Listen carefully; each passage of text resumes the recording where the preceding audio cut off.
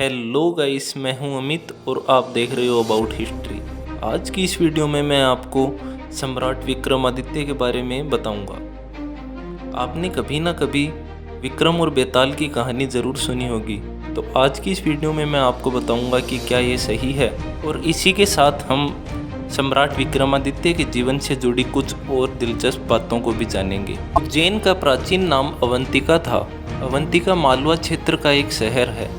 मालवा वर्तमान मध्य प्रदेश राज्य का एक हिस्सा है। यहाँ ज्योतिर्लिंग के साथ शक्तिपीठ भी स्थापित है। टिप्रा नदी के तट पर स्थित इस शहर में कई महान राजा हुए हैं। चक्रवर्ती सम्राट विक्रमादित्य भी इन्हीं में से एक हैं। आइए जानते हैं इनके बारे में कुछ दिलचस्प बातें। विक्रमादित्य का नाम विक्रम सेन था। नाबोवाहन के पुत्र राजा गंधर्व सेन भी चक्रवर्ती सम्राट थे। गंधर्व सेन के पुत्र विक्रमादित्य और भरतहरि थे। इनके पिता को महेंद्रादित्य भी कहा जाता था। सर्वप्रथम इन्होंने ही अपने दरबार में नवरत्न रखने की परंपरा शुरू की थी। उनका अनुसरण करते हुए ही कृष्णदेवराय और अकबर ने भी अपने दरबार में नवरत्न रखे थे। उज्जैन के सम्राट विक्रमादित्य ने 57 ईसा पूर्व में अपने नाम से विक्रम संवत शुरू किया था। उन्होंने शकों पर अपनी विजय की स्मृति में ही इस संवत की शुरुआत की थी।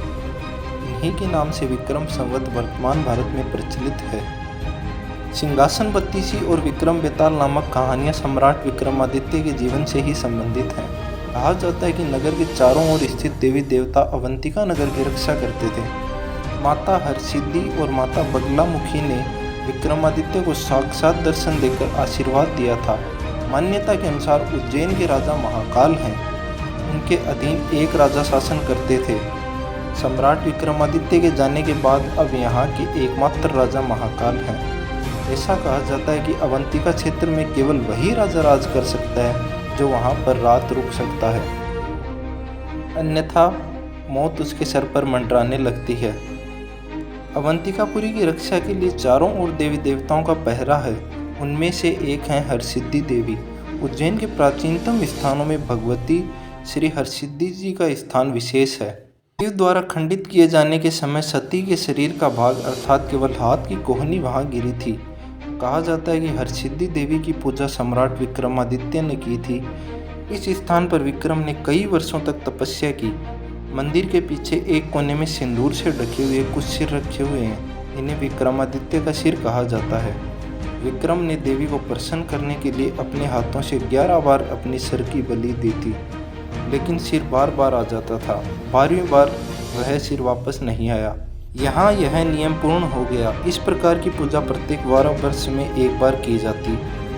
कहा जाता है कि डोंगरगढ़ छत्तीसगढ़ जिला मुख्यालय से 38 किलोमीटर दूर पहाड़ों में माँ बगलेश्वरी के 2 मंदिर स्थित हैं। पहला मंदिर एक ऊंची पहाड़ी पर स्थित है और दूसरा मंदिर के प्रवेश द्वार से पश्चिम दिशा में स्थित है। पहाड़ी माँ बगलेश्वरी देवी के गर्भगृह के चारों ओर गुफाएं हैं। नीचे मंदिर में स्थापित माँ को क्षेत्र के लोग छोटी बमलाई और पहाड़ में स्थापित माँ को बड़ी बमलाई कहते हैं। माँ बमलेश्वरी मंदिर की स्थापना की एक दिलचस्प कहानी है जो कि विक्रमादित्य के जीवन से जुड़ी हुई है। प्राचीन काल में डोंगरगढ़ को कामाख्या नगरी के नाम से जाना जाता था, जिस पर पहले राजा वीरसेन का शासन था। राजा वीरसेन की कोई संतान नहीं थी, जिसके चलते उन्होंने भगवान शिव और माँ दुर्गा की पूजा की। 1 वर्ष की पूजा के बाद रानी ने एक पुत्र को जन्म दिया, जिसका नाम मदन सेन रखा गया। माँ दुर्गा और भगवान शिव के उपासक होने के कारण वीरसेन ने यहाँ कामाख्या नगरी में माँ बमलेश्वरी का मंदिर बनवाया। इसके बाद राजा मदन सेन के पुत्र कामसेन ने यहाँ शासन किया। कामसेन के दरबार में नृत्य कला में पारंगत कामकंदला और अलौकिक संगीतकार एवं मधुर गायक माधवनल थे। दोनों के बीच बेहद प्यार था। इसी परिस्थिति में माधवनल को कामाख्या नगर छोड़ना पड़ा। माधवनल कामाख्या नगरी से सीधे उज्जैन के राजा विक्रमादित्य के पास पहुंचे और उन्हें अपनी दुख भरी कहानी सुनाई। कहानी सुनकर राजा विक्रमादित्य ने कामाख्या नगरी पर आक्रमण कर दिया। कामसेन और विक्रमादित्य के बीच भयंकर युद्ध हुआ। युद्ध में राजा विक्रमादित्य विजयी हुए। युद्ध में कामाख्या नगर पूरी तरह नष्ट हो गया। शहर में केवल पहाड़ी और माता का मंदिर ही बचा था। युद्ध के बाद विक्रमादित्य ने माधवनल को कामकंदला के प्रेम की परीक्षा लेने के लिए यह अफवाह फैला दी कि युद्ध में माधवनल वीरगति को प्राप्त हो गया। जैसे ही यह खबर कामकंदला को मिली तो उसने एक तालाब में कूदकर अपने प्राण त्याग दिए। यह तालाब आज भी मंदिर के पास पहाड़ी के नीचे स्थित है।